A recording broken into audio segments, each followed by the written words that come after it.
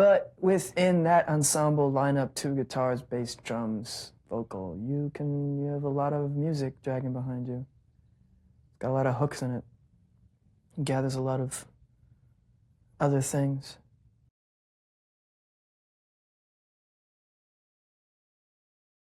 But I was validated beyond any expectations when we were playing in clubs, you know. Just to have that many people, just to have 50 or 100 people say that, tell you that they like your music is fine enough with me, you know. So I've never been afraid of any kind of failure.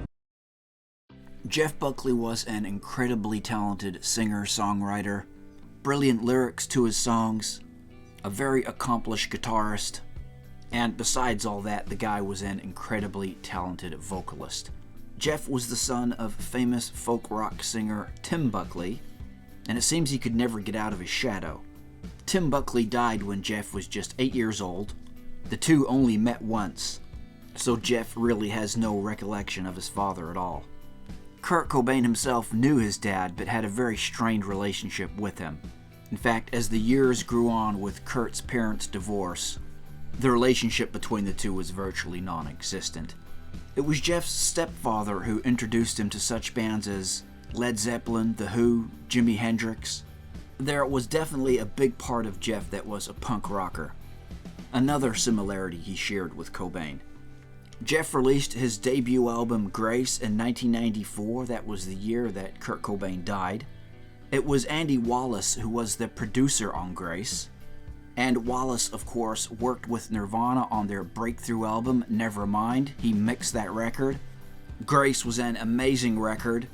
With all the hard rock and grunge that was going on in the mid-90s, this record really stood out. People never really got a hold of it at first. It took some time for the album to grow on them, but grow on them it did. Rolling Stone has since ranked the album at around the 300 mark of the top 500 albums of all time. Jeff Buckley admired the way Kurt Cobain was able to navigate the music industry. He never conformed. And that indeed was very much the way Jeff Buckley was as well. He was not a fan of the mainstream at all. In fact, did everything he could to avoid it at one point. In fact, an interesting point to note here is while touring behind Grace, Buckley would hang a picture of Kurt Cobain with him on his tour bus. And there was that time when Jeff Buckley played Nirvana's Smells Like Teen Spirit. Well, sort of. It's a song we just wrote.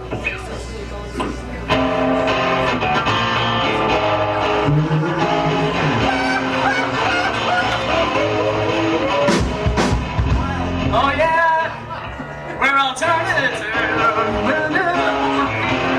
Got my purple hair dye. Gonna get a Grammy.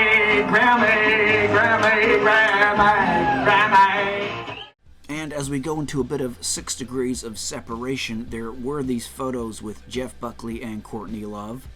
This was in around 1995, so after Kurt had died. So the story behind this goes is that this whole thing was just staged. Apparently Courtney was just doing it for publicity, and Jeff was furious about it.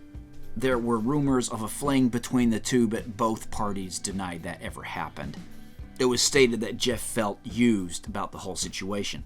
Now, that's one side of the story. As you can see with the text on screen here, this is what Courtney Love had to say about it, so it is what it is.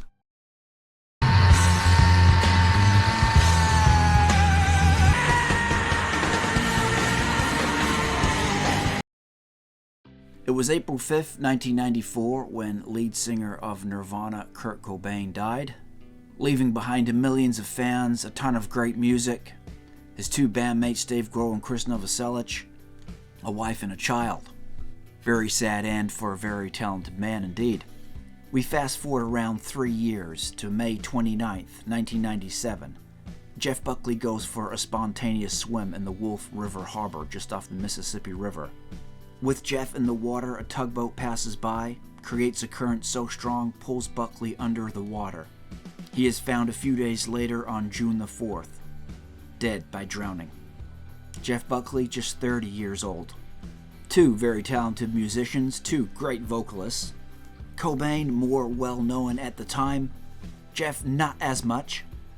However, in the years following Buckley's death, he has gained a massive following. It might sound bad to say it that way. Just because he died, he gained heaps of fans, but I don't mean it that way. Jeff was going to be well known and successful no matter what. But Buckley's solitary studio album, Grace, certainly does go down in rock history as an absolute masterpiece. And the album he was working on at the time of his death, Sketches for My Sweetheart the Drunk, very cool record too.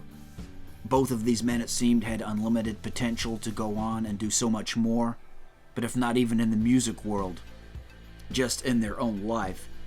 27 and 30 years old, much too young. Well, that's because we live in a culture that kills artists, wants them to die. It kills them. Wants them to make the sacrifice?